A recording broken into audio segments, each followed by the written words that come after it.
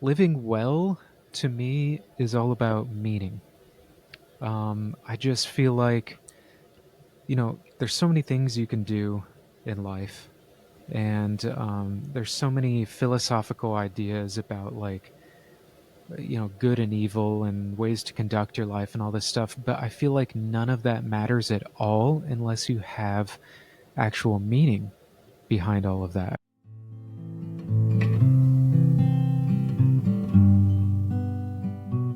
Hello, everyone. Welcome to the Reflections on Living Well podcast, where we explore perspectives on the good life in the 21st century.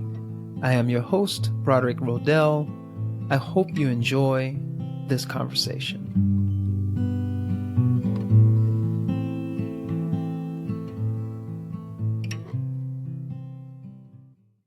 Hello, everyone. Welcome back to the Reflections on Living Well podcast. Today, our guest is Sidian Morning Star Jones. Sidian is an award-winning author and personal mythologist, someone who works with belief, meaning, and story to enrich, inspire, and help others pursue meaningful direction in their lives.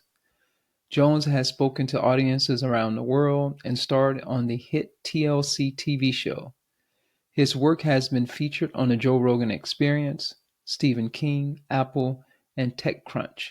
Jones is the grandson of legendary shaman Rolling Thunder, bassist for the Billy Jack movies, subject of Martin Scorcese's The Rolling Thunder Revue. Jones has co-authored 2 books about Rolling Thunder. Hi, Sidian. How are you doing? Hey, Broderick, how's it going?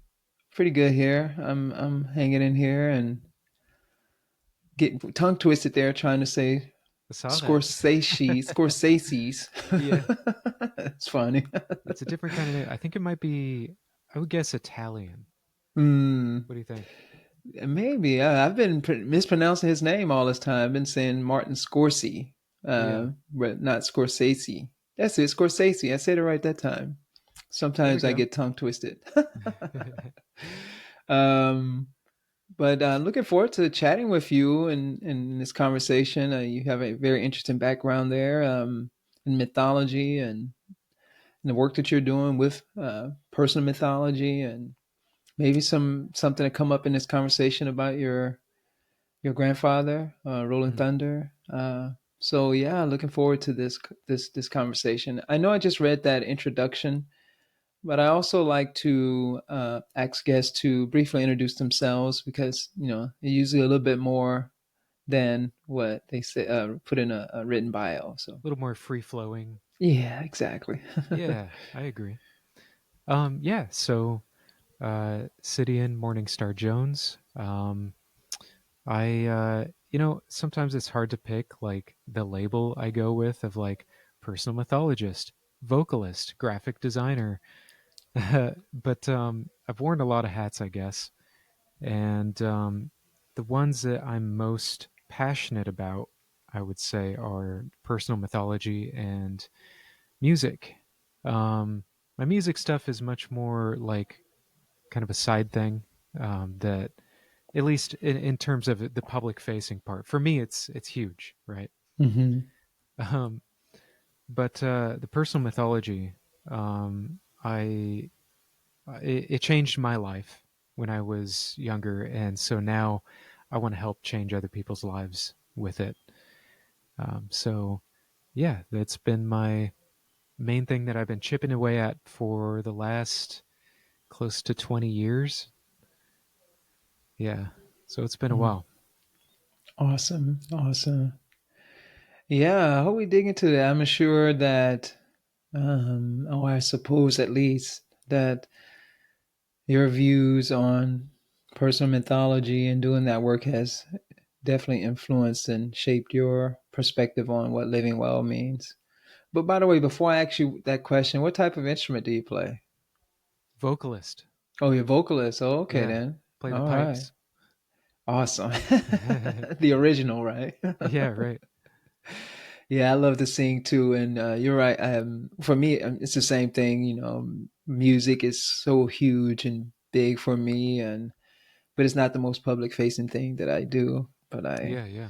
I really love it. It's so enriching and Hmm. it's so meditative. I always tell It's a people it's contemplative like practice. Go ahead. I always tell people it's like it's kind of like a almost a religion for me, like a Mm-hmm. spirituality. And Yes. if you asked me to really pin that down to explain it, I'm not sure that I really could very well. I just know that I get a lot of spiritual experiences from it. Mm-hmm. Yeah. Absolutely.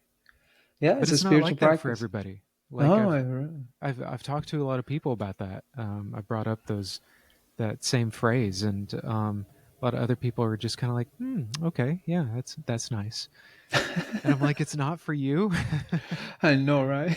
I get chills and everything, and it's like sometimes it's like this ascending kind of feeling, like finding enlightenment and things like that. But it's not like I just hit play and all of a sudden I'm in a temple of the gods or something like that. Like it happens in certain parts of songs and depending on my mood and stuff like that. Is it like that for you too? Oh, absolutely. Yeah, Absolutely. Oh, yeah. So, I don't know. It's imminent and transcendent at the same time. You know, that paradox. Yeah, I'm sure that'll come up there. We'll come back to music and the sure. good life. So, what does living well mean to you? And then we'll just explore and play around with this theme for the rest of the conversation. Yeah. Living well to me is all about meaning. I just feel like, there's so many things you can do in life. And there's so many philosophical ideas about like good and evil and ways to conduct your life and all this stuff, but I feel like none of that matters at all unless you have actual meaning behind all of that. I feel like it's sort of the energy behind the action, and it's just this two-part thing where it's like there's the action of living, of all those things that you can do in life, um but then there's the energy behind it. You got to have that energy before anything makes any sense at all. Hmm. I guess that's largely what led me into personal mythology as well. Awesome, awesome. So, can you elaborate a little bit more about meaning? If the good life is centered around meaning for you, or living well, or life worthy of living is centered around meaning, can you tell us a little bit more about what meaning is and the importance of it in our lives? Yeah. Meaning, as far as one of the first things I think of is the feeling of meaning. So I'm really synesthetic. I've got that. For those who don't know, it's kind of like a crossing over of senses. Some people might sort of see music or feel colors, that sort of thing, right? Mm-hmm. So there's a lot of blending of sensations for me, and uh, when I think of meaning, one of the first things I think of is the feeling of meaning, and to me that comes across as a huge depth, a very satisfying depth that can be applied to any sort of meaningful situation. So, for instance, I think it's the first thing that our minds go to when we think of something like what is meaningful. We think of like something good, right? Something that feels good, like falling in love and that sort of thing. But I fully believe that it also applies to bad things, and times where you might be incredibly sad about something that happened, like the death of somebody close to you, and of course that can also have profound, deep meaning to it. So, yeah, that's where my mind first goes with the idea of meaning. Um, as far as beyond just the feeling of it, I think that it's and I don't want to pretend that I know some of the more source things about life or whatever, like what is behind the physical veil and that sort of thing. But sometimes I really get the idea that meaning is like what our soul is trying to do in life, Mm. and that maybe there was this realm before this life where we sort of decided, well, here's the lessons that I want to learn in the physical life that I'm going to inhabit. And then we come into the physical life, we forget the old life, and we sort of have this agenda of what it is that we're trying to experience. Not even so much accomplish, but just experience. Um, I think the word accomplishment can maybe lead us astray because we start thinking of things like, being the CEO of a big company, or those stereotypical accomplishments, right? But I think that from a soul perspective, the experience is really where it's at. Something like, being out in an open field at dusk and watching the stars and feeling the grass and being with somebody who means a lot to you. I think that in itself can be a very soul fulfilling experience. And yeah, those are the kind of things I think of when it comes to meaning. Hmm. Yeah, I love that. I love how you define it in terms of feeling. Because I think sometimes we try to use words to capture experience, and words are limiting. And we forget sometimes that the language is only, it's like, it's only pointing to, it's symbolic, it's only pointing to the Hmm. experience. Yeah. And, you hear a lot about, John Vervaeke and, the meaning crisis. And, people talk Right. about there's a crisis of meaning in the world. What do they mean? And I think it's important to have conversations about that and play with language and words to try to describe what that is. But at Hmm. the end of the day, it's a feeling, it's an experience. Yeah. There's something, there's an inner drive. There's something that's what's the word I'm looking for? I guess there's a drive. There's some type of drive towards a particular type of experience, and it's something we know. We know when something is meaningful, and even if we can't quite articulate it, Yeah, we're you like, this is feel it. very meaningful to me. This is important. This And has that value. feeling is so beyond any kind of words you could put to it. Exactly. Yeah, Yeah, and with Vervaeke, I'm saying that name right? I think so. Yeah. Well, don't ask This me. I'm always saying names wrong. So.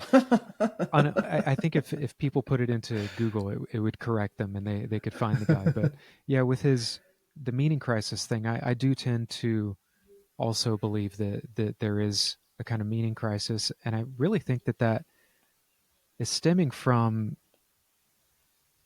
being like completely drenched in media all the time Hmm. and not having the mental tools, the self work and self reflection to be able to like distance yourself a little bit from all that media. The reason I say media, and I mean that in like social media, the news, and just everything that gets fed to you. The reason I Hmm. say the media is because it's all narratives. They're all stories and ideas about what the world is and what it should mean to you, and Hmm. also about who you are and what your thoughts and behaviors should mean to you.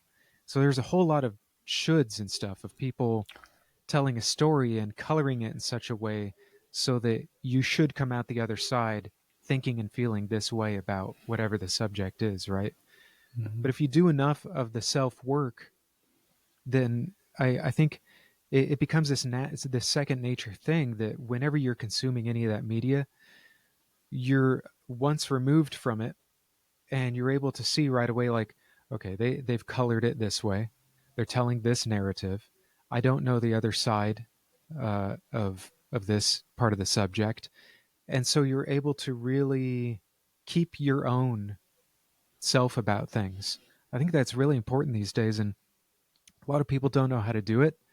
I think it takes a lot of work to get to that point to have that ability. Hmm. Yeah, I think I feel you on that because when we're consistently distracted and we're constantly being programmed. I mean, it's essentially programming when we are engaged in any type of media, even a podcast. You're taking in this information, it's making an imprint in your Hmm. mind into some capacity. Yeah. And when we're consistently making imprints without self reflection, without doing any type of inner work, without checking in with ourselves, how do I see things? How do I take this information, Hmm. which can be valuable? How do I take it and process it, and try to make sense out of it? What is my sense making capacity, and what have I done to help enhance or facilitate my sense making capacity? It's so funny Those because things, yeah. Yeah. when I think about like people not having the capacity to filter those narratives, one of the first things I think about is the audience who watched me on the TLC reality TV show. Mm, So you mentioned that in my intro, and yeah, so I did a reality TV show, and we can go into the details or not on that if you like, but the audience for that show, as you might expect, has a problem with sort of taking things at face value that they see on there. mm, And so all these funny instances would happen where one of my favorite was I was dating this girl, and we're outside and we're having like a glass of wine, and she asked me, so how would you feel if I wanted to bring another man into the relationship? Which, I mean, as far as I'm concerned, is like fine. That's a fair question. That's whatever. Yeah, I'll answer that, right? Um, and so I gave her, just a balanced answer of like, well, it's not really what I'm going for. It's not something I'm against, obviously, for people to do, but that's just not what I'm heading towards, right? But what the show put on was that earlier in that day when they were setting up the cameras and stuff, and her and I were just sitting there chit chatting like off camera, so to speak, or we thought we were off camera. I took I took a sip of my wine, and I just happened to swallow it wrong, and so I did one of those kind of like coughed a little bit, spit a little bit, and so then in the show, and you can go and verify this on the show, she goes, "So what would you think if I wanted to bring another man into the relationship?" They cut to me, and I spit out my wine.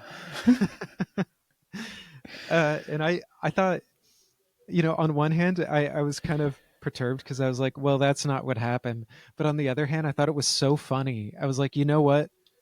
Leave it. I'm glad it's there. That is hilarious." I, by the way, I almost just swore right now. Just when I get into what I'm talking about, sometimes I'll naturally swear. Is that okay on the Oh, show? absolutely. Okay. All good. Yeah. So I thought that was hilarious. But so getting back to why I mentioned this, the audience, they took it completely at face value. They believe that that's exactly what happened, and so they painted the idea of me as this schmuck who can't handle talking to people or whatever it was. I remember reading comments about it, and they have this sort of narrative about it, and so it's so ironic and funny that their narrative about me is that I am, incapable and unintelligent and stuff like that. And yet it is they who took in a piece of media at face value and were completely had the wool pulled over their eyes. Hmm.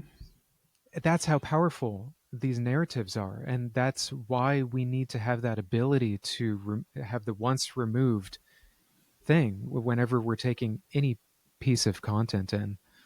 Hmm. Yeah, exactly. And understanding that, yeah, yeah, I like that, taking it face value and processing it. I think just learning how to take in information and process it. It's difficult though. I think, especially with media, starting with television years ago, and the idea with commercials and marketing is to hijack your mind, Yeah, hijack because your they know it subconscious works. mind, yeah, and program you. Yeah, And that's the idea behind media, is to program you so you can right.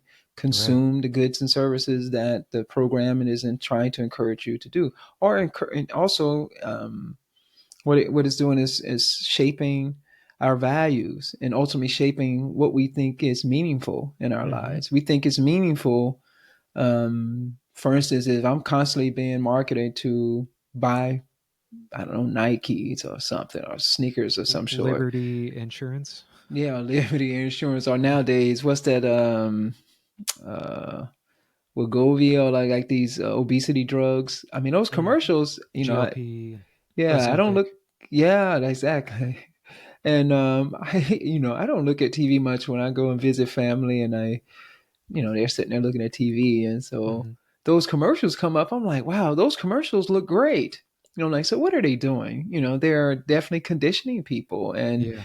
and implanting this narrative in the audience's mind, and then the audience goes away and thinks that has organized their lives around those narratives versus having some kind of self control to regulate those narratives as they Mhm. filter those narratives as they come in. And so that is definitely influencing our sense of, or our values, but then our sense of meaning in the world. And Uh, sometimes, like, it can be fairly harmless and just kind of funny, like in the TLC reference I made.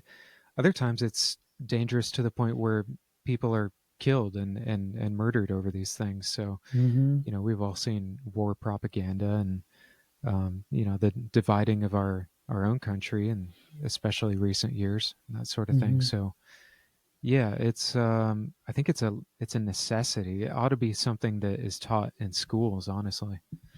Yeah, I was going to ask you. So, what are your thoughts? I have a laundry list of thoughts about this, but what are your thoughts about how do we help people, or how do we ourselves, not just help people, but ourselves, how do we find meaning with all of the pressures, with all of the impositions of the world on us?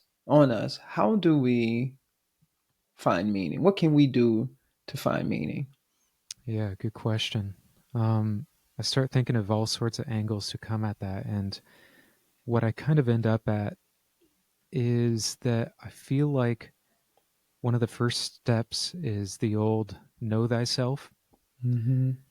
um, because just like I was talking about earlier with the sort of soul experience and like what your soul, or even if you just want to call it yourself, like maybe you don't believe in a soul, that's fine. It's still pretty much the same, similar concept for this intent and purpose, right?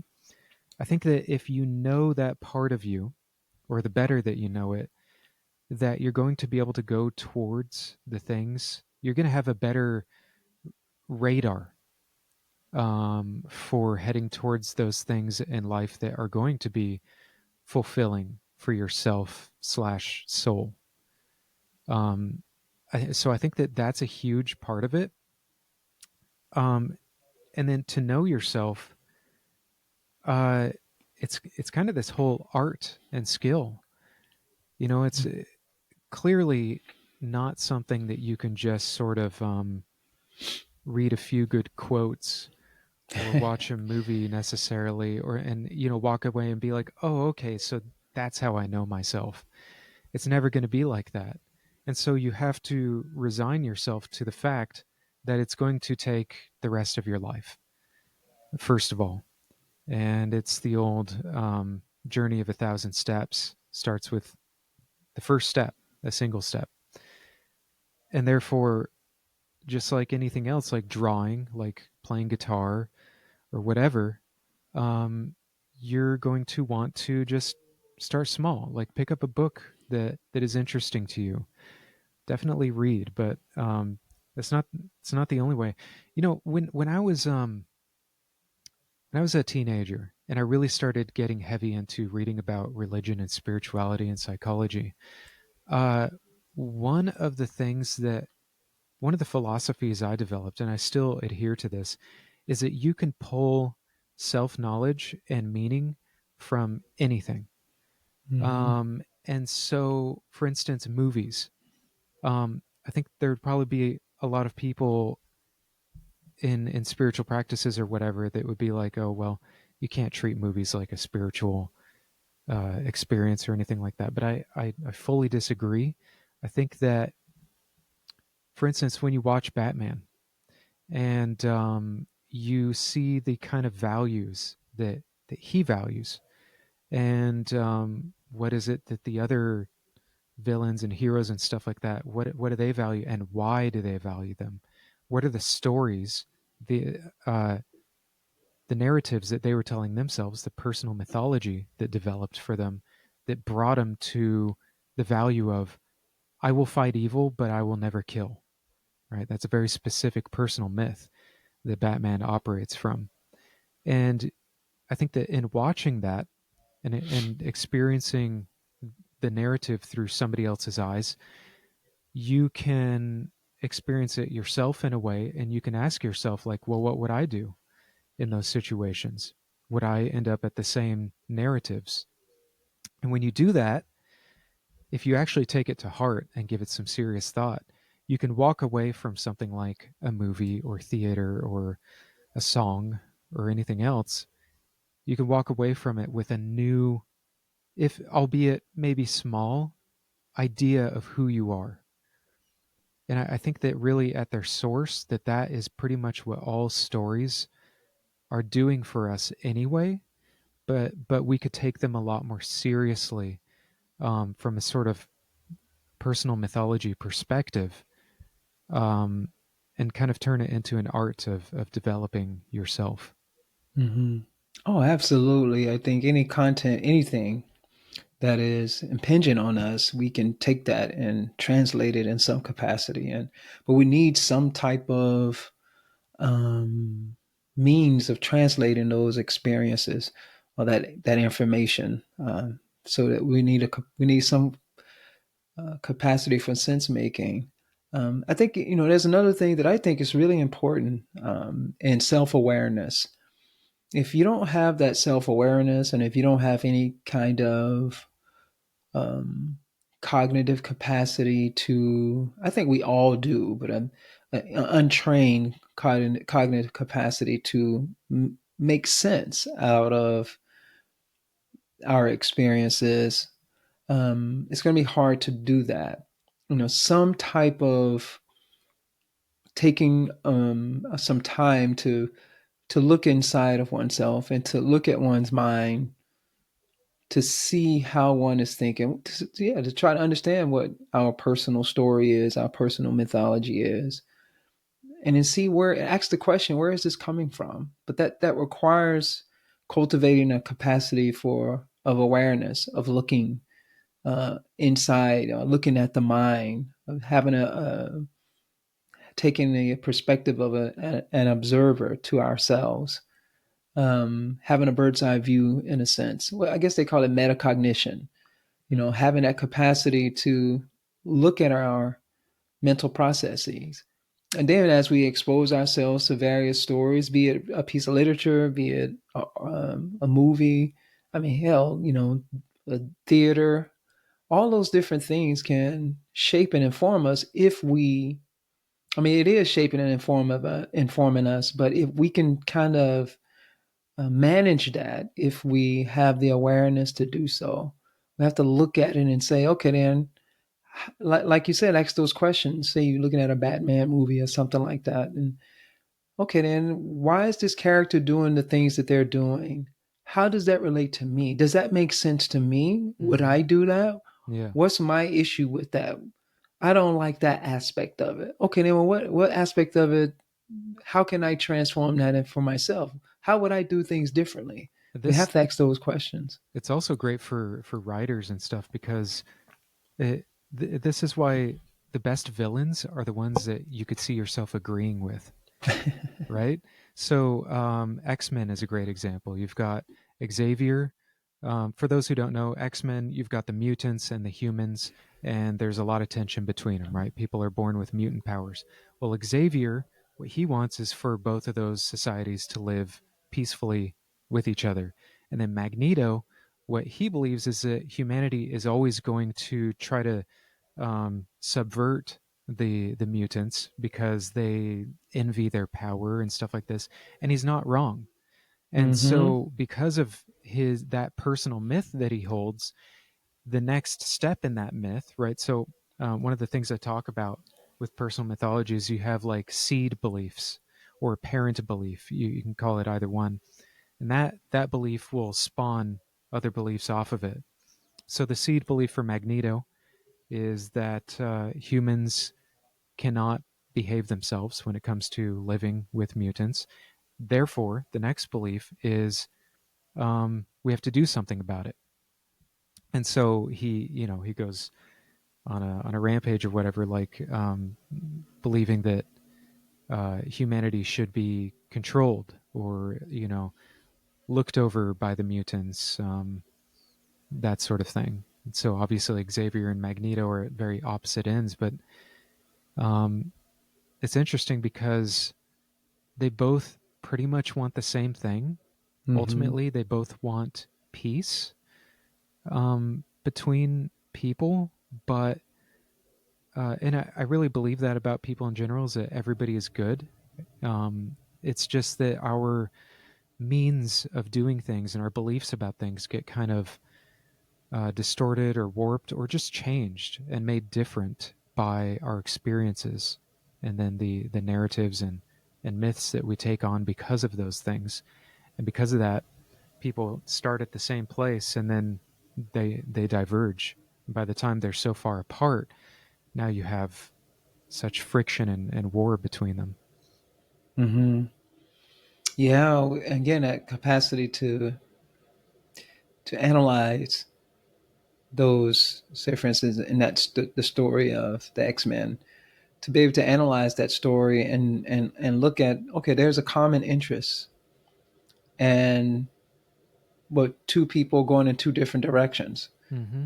and try to understand the direction that you wouldn't typically go to, and then ask yourself, why am I going in this direction? Why do I agree with this other thing? Mm-hmm. I think that doing that is so important.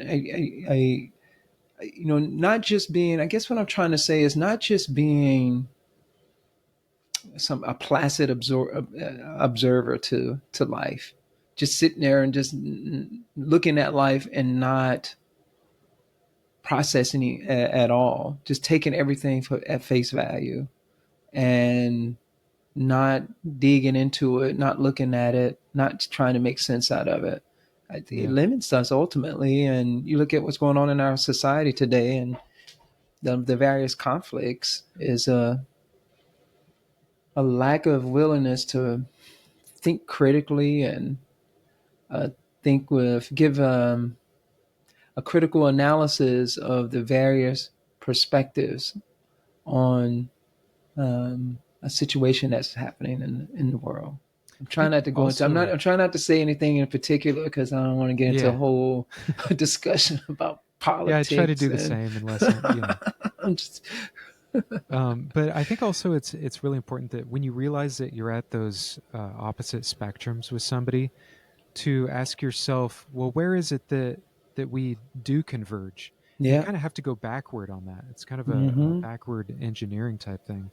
Because I think what most of us do, and it's so easy to get caught up in the moment, is that you're here and they're on the other side.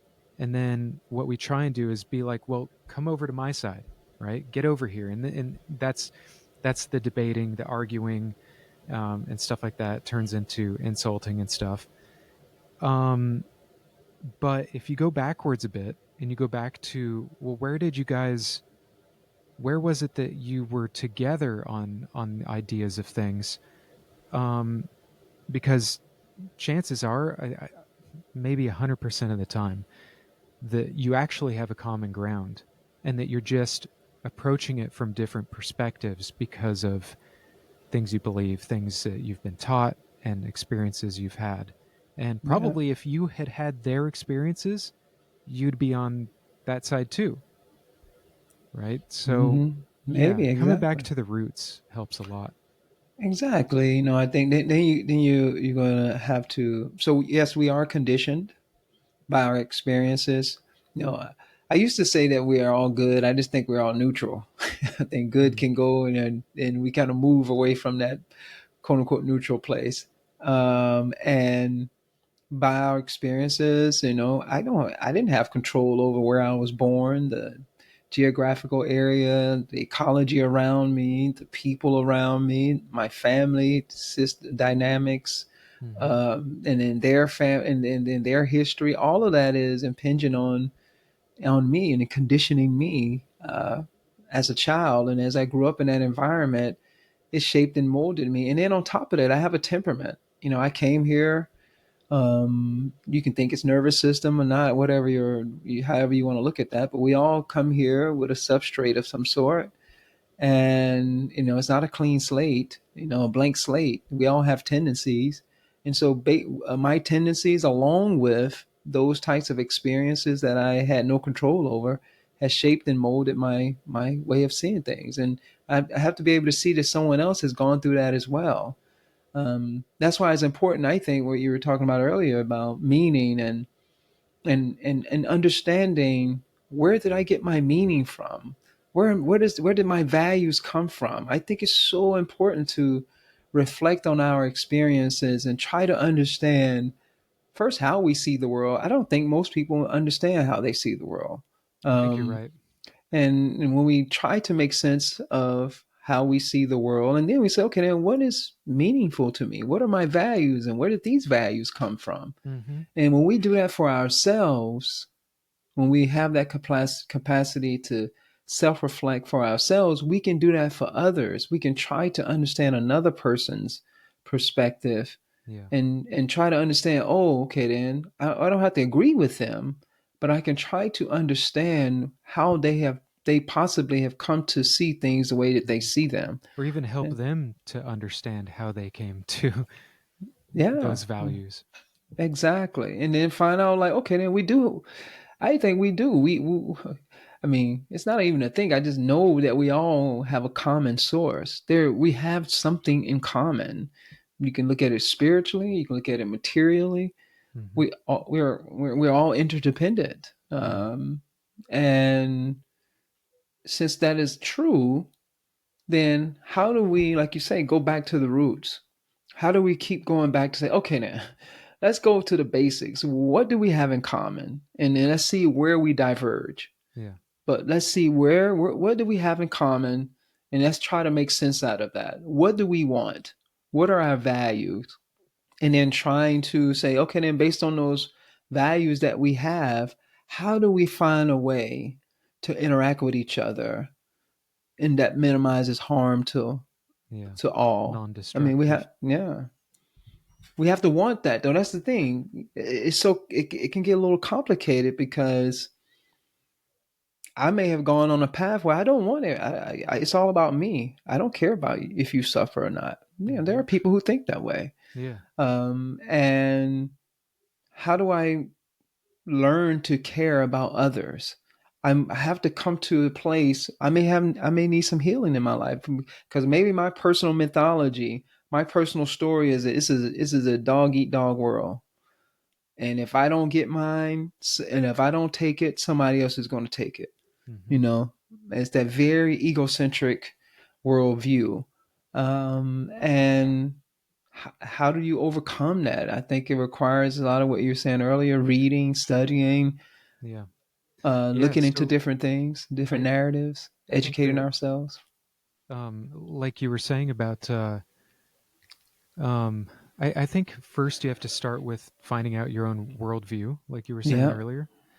And to do that, I think one simple way for people watching this is just start asking yourself some really broad and basic questions. For instance, um, the world is blank, right? Or people are blank. I am blank. How do you fill those things in? What matters is blank. So when you do Mm-hmm. that right away, if you're able to answer those questions, those are some of your personal myths.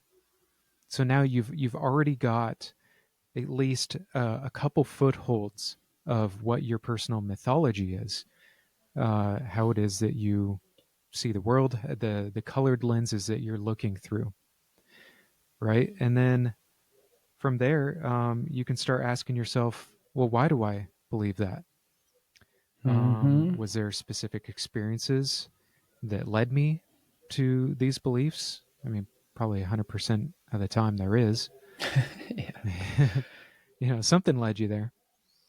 So yeah, I think that's a good, really broad foundational start. Mm-hmm. Yeah, it requires, and it's a skill set. It's like an athlete that practices, a basketball player who practices dribbling the basketball Hmm. or passing the ball to another person and really getting good at that. That's a skill set, and being able to do that.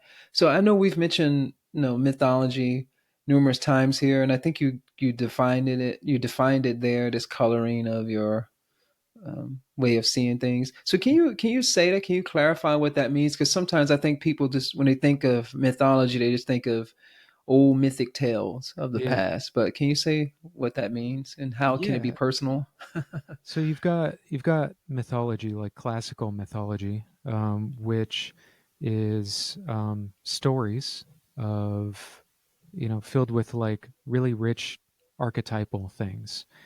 You know, the hero, the villain, the artifact, like the treasure that needs to be won, or the epic battle, all those kind of things. Like you could just take those archetypal things and kind of like put them in order um, and write about their interactions, and you've got a piece of mythology, right?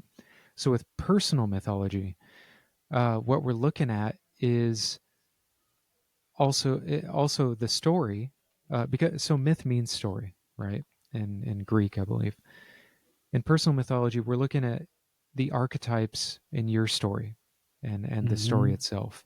So you're gonna have the sort of the meanings that come out of that story, because inevitably whenever we hear a story, we walk away with what it means to us, right? Just like we were talking about how media influences you, how watching a Batman movie, his actions, like what do they mean to you? Are they good or bad?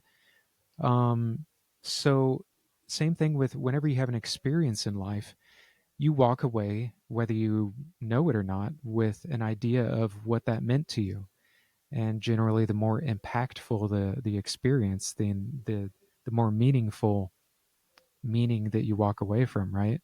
And Mm-hmm. then things start filling up certain archetypes in your life, like I mentioned the hero and the villain and stuff like that. Well, take a look at your own life. Who was the hero in your life? Did you have multiple heroes? Um, did somebody occupy a space where they were a hero and then they became a villain? And who have been the villains in your life? What has been treasures in your life? So all the same story and archetype from mythology applies perfectly to personal mythology, because obviously the classic mythology was it all came from inside, right? Mm-hmm. Art imitating life.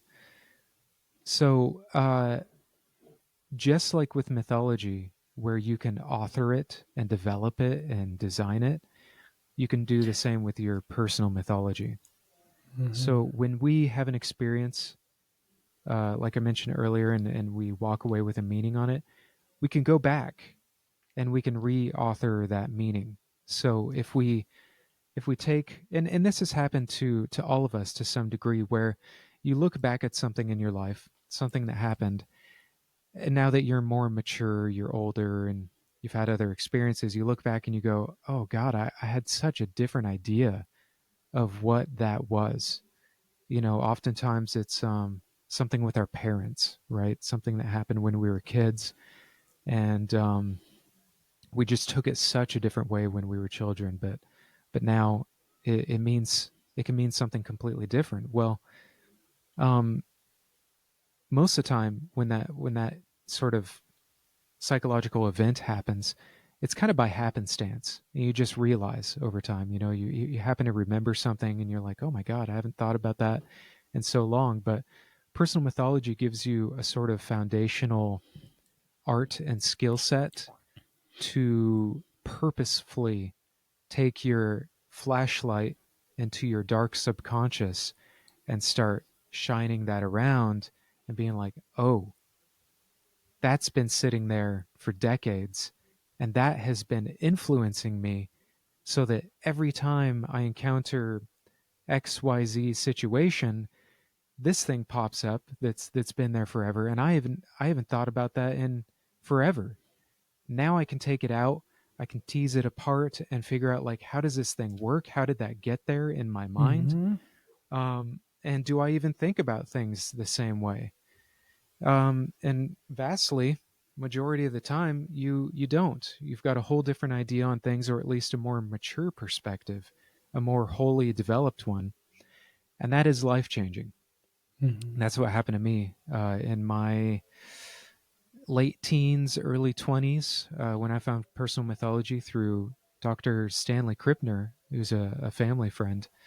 And I started applying that to myself. And yeah, total game changer. And it's fun. I like to tell people I hope you don't hear my dogs right now. Do you hear them? All good. Okay. Yeah, I don't, but it's all good. I got some real howlers. They're German Shepherds. But I like to tell people that personal mythology is the most colorful and exciting way to approach self discovery and improvement. Yeah, It's a absolutely. lot I of was fun. I was sitting here.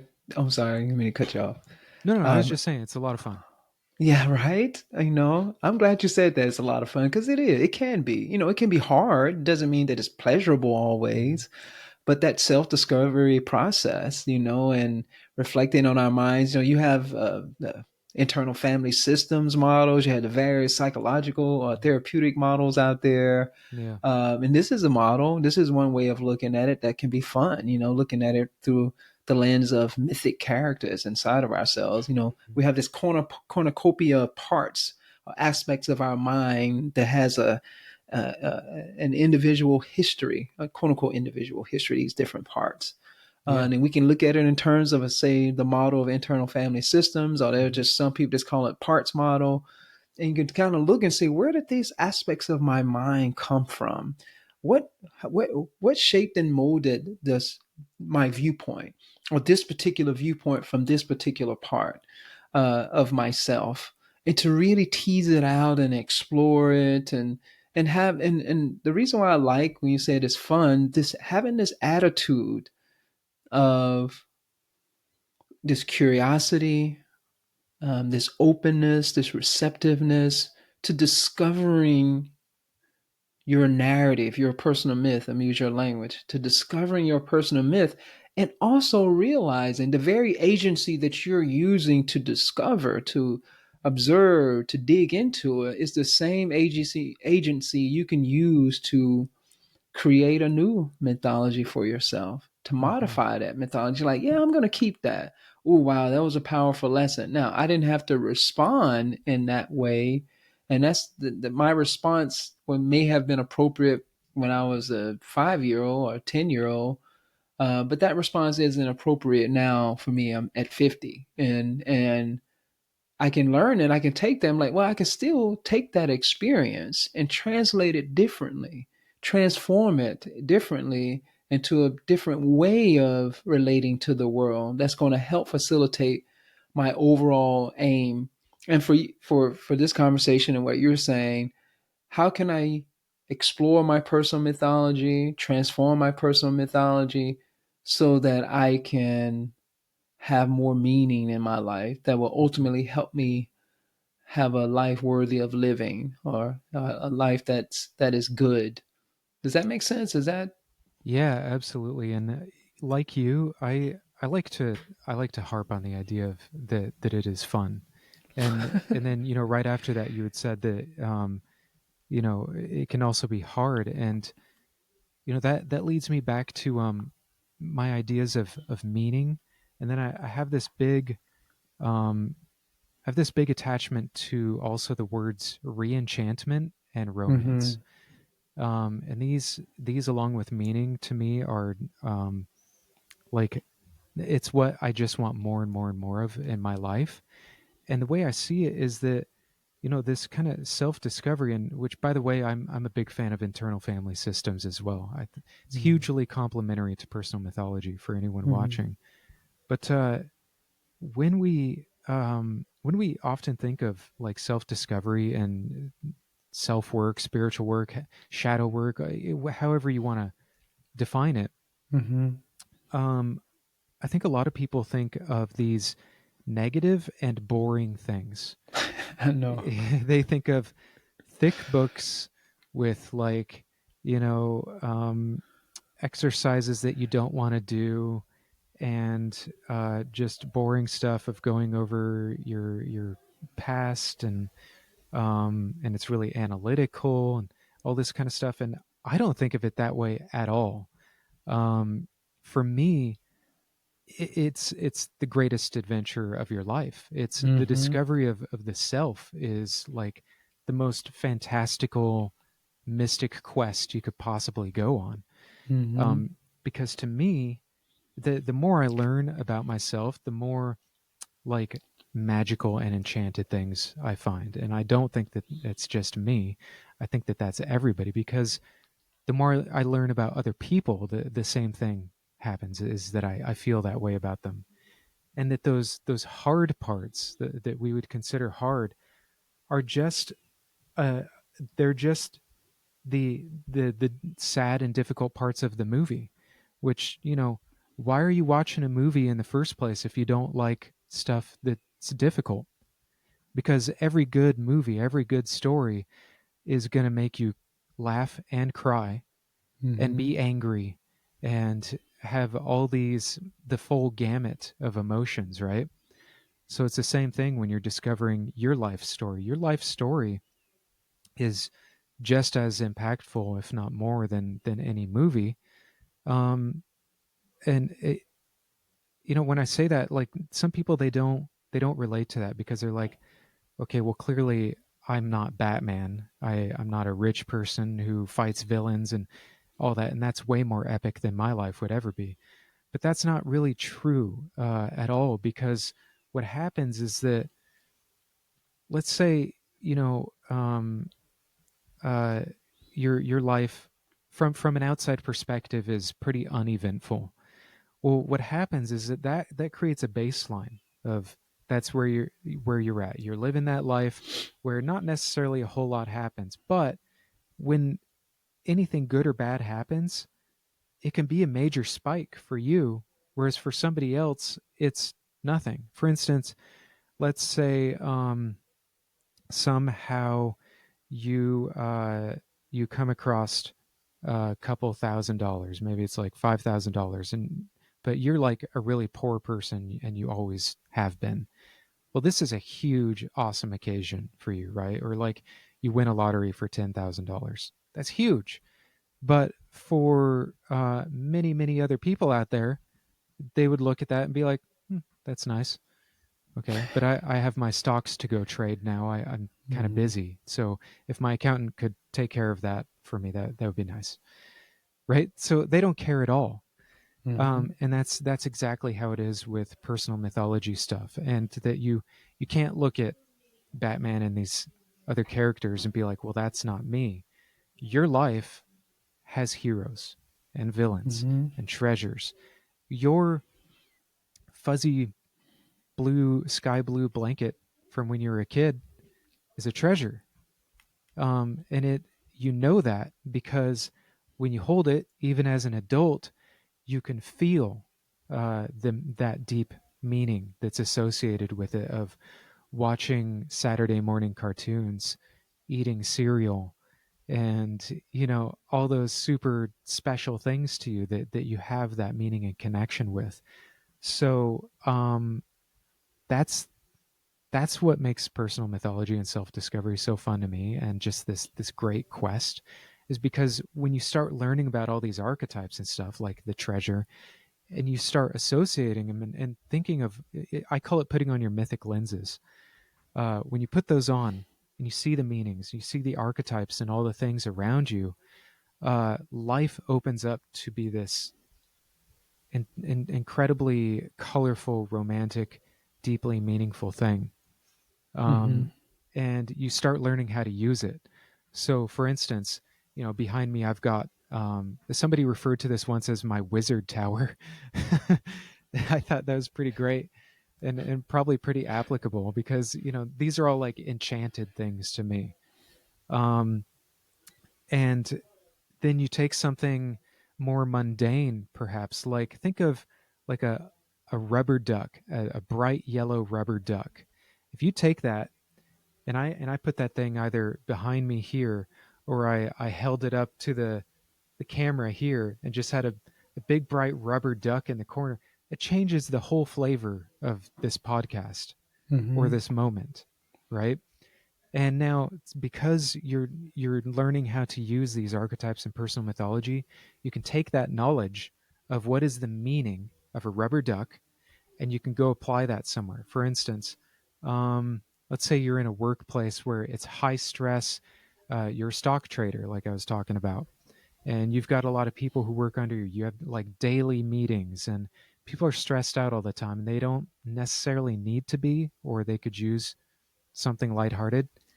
You bring the rubber duck, you go put it in the middle of the table during your meeting. You don't have to say anything about it, but because of the meanings associated that everybody has to a yellow rubber duck, um, it colors everything. A couple people might laugh about it, they mention it, whatever, but you've used archetypal meaning to change a situation. And that to me is like magic. It's like Mm-hmm. coding the world the way that you want it to be. This is how I code mine, right? Mm-hmm. And so I want to teach people how to code yours. How do you want, what kind of system do you want to make for yourself? Mm. I love it. I love it. I love that you. I want to make sure I say something to the audience here, and to add to this. When I said that, when we go and dig into our history, our story, and explore, it can be fun. And I said that it's not always pleasurable. It can be really difficult. So, those of you who've had a very hard life, um, what could quote unquote make it fun? What I mean by fun, fun is not just necessarily just the happy feeling. That's not what I mean when I say fun. Um, but when you go through and explore difficult times in your life, you created different habits of mind to protect yourself, and they can be really harsh, and there's a lot of suffering embedded in all of that. So think about it. What makes it amazing to go through and reflect on all of that and dig into it is that it can be liberating. It's actually liberating. You can free yourself from the bondage that was created through past experiences that is influencing your life and currently in a way that is unhealthy, that strips life of meaning, that is not well in general.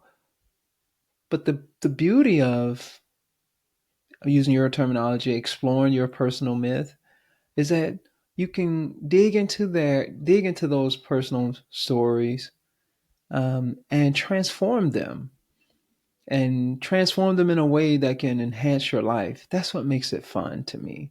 That's what I mean by fun. Even if you've had I've had some challenges in my life. I know people have had all kinds of horrible things that have happened to them in their lives. That's why when you go to a therapist, a good therapist that helps you um, transform your story, helps you understand your story, and you can find compassion for yourself, those aspects of yourself that may be causing harm to you right now. But when you go through that process, you can free yourself. You can create a new narrative. You can color the world, or color your narrative, your filter in a way that is more uh, that is more in line with meaning in your life. They can make your life better. So I'm not. We're not. I don't think you're mean this either. We're not sugarcoating this and saying that it's like, oh, it's just you know that it's just always happy and pleasurable to go through this experience. No, no, no. I'm definitely not saying it can be very, very, very difficult. Like the dark night of the soul, or Oh all yeah. these various experiences it is hard to go back and open up a treasure Yeah, I would say That is that can be quite painful, but it's very liberating when you do so. I think the very nature of self-discovery is in general in its own way uncomfortable and painful and things like that Yeah. because when you're looking at change at all, like change means that whatever you're comfortable with right now, that it's got to go through some growing pains. Making Mm-hmm. stuff different is not easy. But yeah, I think the point, maybe not necessarily the point, the point that I'm trying to make is that when you find those dark aspects in your self discovery, those times of like immense sadness and grief and anger and things like that, that's the stuff that poetry and music and art can be made of. They don't have to be Mm-hmm. made of those things, but the intensity, you can find such great meaning in when you look back and you find like uh, those dark aspects. Like that is telling you, because you have such an intense attachment to whatever happened, that's telling you a big part of yourself right there. You just found like Mm-hmm. a major slice of the pie, right? Some sort of artifact or being in the back of your subconscious that you can now learn about or talk to and get to know, and it becomes a power, honestly, because then Mm-hmm. after you work with it. So for instance, with my wife, this was something I talked about recently on the at the Earth Keepers 2024 summit. With my wife, she, because of the way that she grew up, and her father was really physically just abusive to her mom and stuff like that. My wife learned uh, to sort of put on a stone armor. We gave it that metaphor, to become like a statue and just kind of like shut off that way, right? And the thing is, like, when that happens to most of us, we tend to carry that with us through the rest of our lives until we Mm-hmm. make an active try at unraveling that. But if we don't, we carry that into our relationships and stuff, so that when something opposes us in any sort of way that is like a trigger from the past, we hit that stony spot again. Okay, so that is a personal myth out of control, right? The personal myth being something like, I am safe when I uh, don't share my feelings, something like Mm-hmm. that. It can manifest in many different personal myths, but that's one example. Now, when you work through it and you get mastery over that personal myth and why it got there, and how to control it, what you end up with is a piece of stone armor that you can now equip when you want or when you need, so that when you come into a part of life where uh, maybe it really is better and safer for you to kind of shut off, like, I don't need to be feeling that right now. Somebody's entering your space that is giving you a lot of grief that is totally unnecessary or whatever, and you're able to grab that old piece of yourself and be like, I have this ability now that I can employ whenever I need to. You're not going to affect me because I am utilizing a power that I've already put a great deal of skill and experience into. And then when you're out of that situation, you know, turn it back off. Learn how to be warm again. Learn how to be vulnerable again, so that you're not affecting your relationships with the people you love and stuff like that. I think that's a Yeah. fun part of it. And that's that Exactly. idea of like turning the dark spots into something fun to work with. Exactly. That's the fun part. Exactly. The process can be difficult and painful, but the fun part is this re-enchantment of the world, the magic of the world. Like, wow, I just completely transmuted this set of ideas, this pattern in my mind into something beautiful. And I think you said this in the beginning of this conversation that this is a process that we're working on for the rest of our lives. this process of discovery, this process of reinventing ourselves and discovering more meaning in our lives is constantly shifting and changing as we explore more and discover more about ourselves and transmute various aspects of ourselves based on our experiences. It can be an amazing journey. You can look at it that way. Again, folks, not saying it's always pleasurable. There are pleasurable moments, but there's quite a bit of suffering and painful moments in the process. But they can We're be going to have meaningful. suffering. Yeah. But they What you could be say? meaningful. They can be meaningful. We're going to have pain regardless. We're going to have suffering regardless. So why not discover and bring some light from the darkness and transforming um, yeah, transforming. I don't want to. What's the right analogy here? Transforming something that is not the most beautiful thing into something quite beautiful. I'll just use that. Say that. We're coming to a close now. I do have a question since you talked a lot about myth, and I know the focus has been on personal mythic stories, but recently I've been interested in reading fantasy, Hmm. like epic fantasy. And I think sometimes, I don't know if folks, how do I say this? I think that we look to the past with mythic tales, and I think that's great. You can find also those archetypes in those past mythic stories. Great. I love those from across the world, from the Greek mythic tales, the Indian mythic tales. Love it. But there are quite a few modern, through fantasy, through epic fantasy, uh, mythic tales that are very complex and sophisticated. Do you have any thoughts on that and these modern stories? Oh yeah. Because Um, I have one in particular that I'm very much interested in right now is the Wheel of Time series mm, by Robert Jordan. I hmm. mean, it's sophisticated I world always meant to get building. around to that. It's complicated. It's I mean sophisticated. It's very complex. Mm. And the archetypes that you spoke of, I think there's so many archetypes in this big, large world that this man Robert Jordan created. So yeah, I just wanted to just ask you what your thoughts are about these modern myths or modern.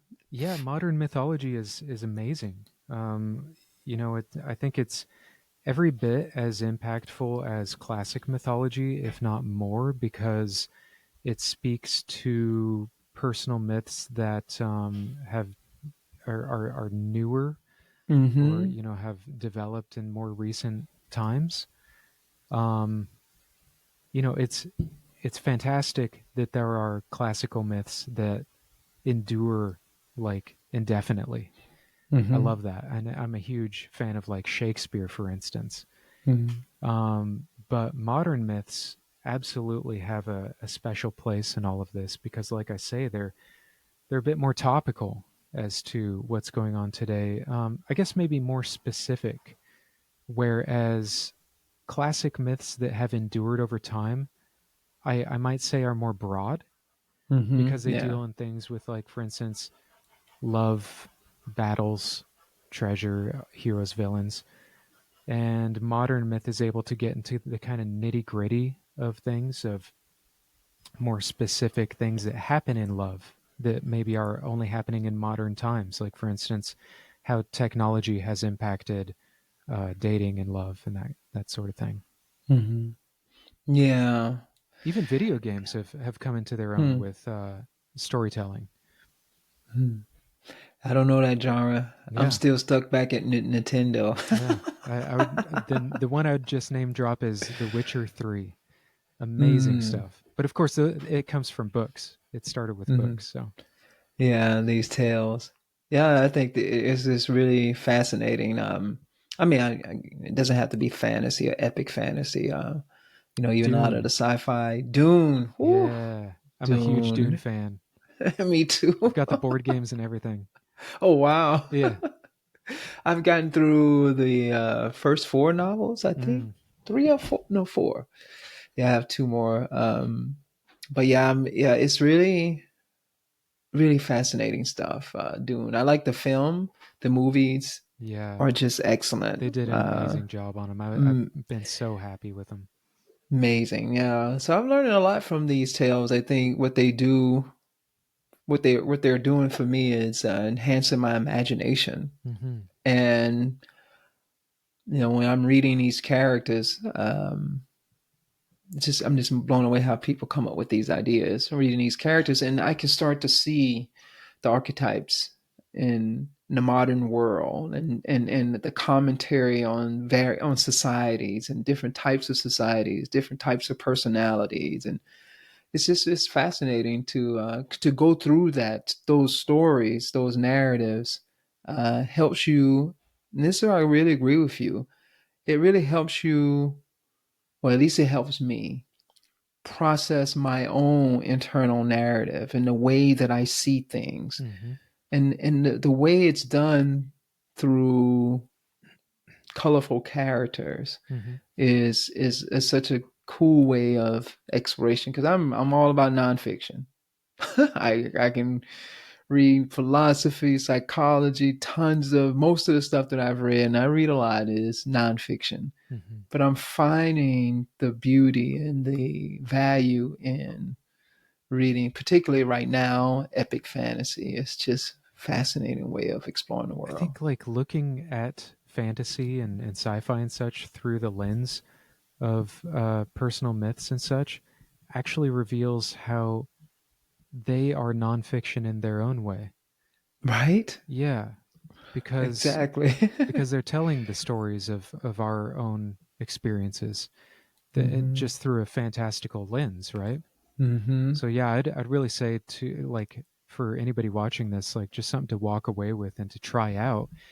Like Broderick and I are saying, is the next movie you watch, the next story you read, even a news article or whatever, just look at it from a sort of mythological, archetypal perspective, and be really conscious of what it is you're taking in from that. And um, I'd say try and walk away with something that you can work with, something constructive of like, okay, what did I learn from that, and what did I learn from myself or about myself from that. I think Awesome. things are a lot more fun that way. Then again, I'm terrible at following plots because I'm always thinking of all these other things going on when I'm watching a movie. So Yeah. watch out for Yeah. that. I know. I know. But Sidian, this has been great, man. I've had fun. I'm glad we Yeah, at the end likewise. there explored tales, mythic stories, and stuff like that. Yeah, are there any final words that you would like to share with the audience before we sign off? Um, sure. I guess I'd say check out my new book. It's called Mythic Color: The Personal Mythologist Guide, and it's very beautiful. I don't know if you mind showing it up here, if I Not can mine. show everybody I that. don't mind at all. I did a Kickstarter for it, which was successful, and so you've got this really beautiful book with illustrations on every page, and that just takes you through the basics of personal mythology and how to apply it using color. Awesome. That's awesome. This has been cool, man. And looking forward to talking with you more offline. I think we can find a way. We can talk about Dune. Yes, There's a whole lot going on. I have to finish the whole I'm series, going to but get you it's into board games. oh. I'm open. Well, alrighty, my brother. Have a wonderful one, and thank you so much for taking the time out of your day to share your knowledge and wisdom with us. Likewise. Thank you so much for having me.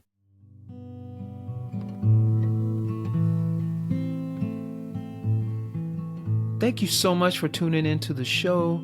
I hope this conversation has inspired you to reflect on your own views of the good life.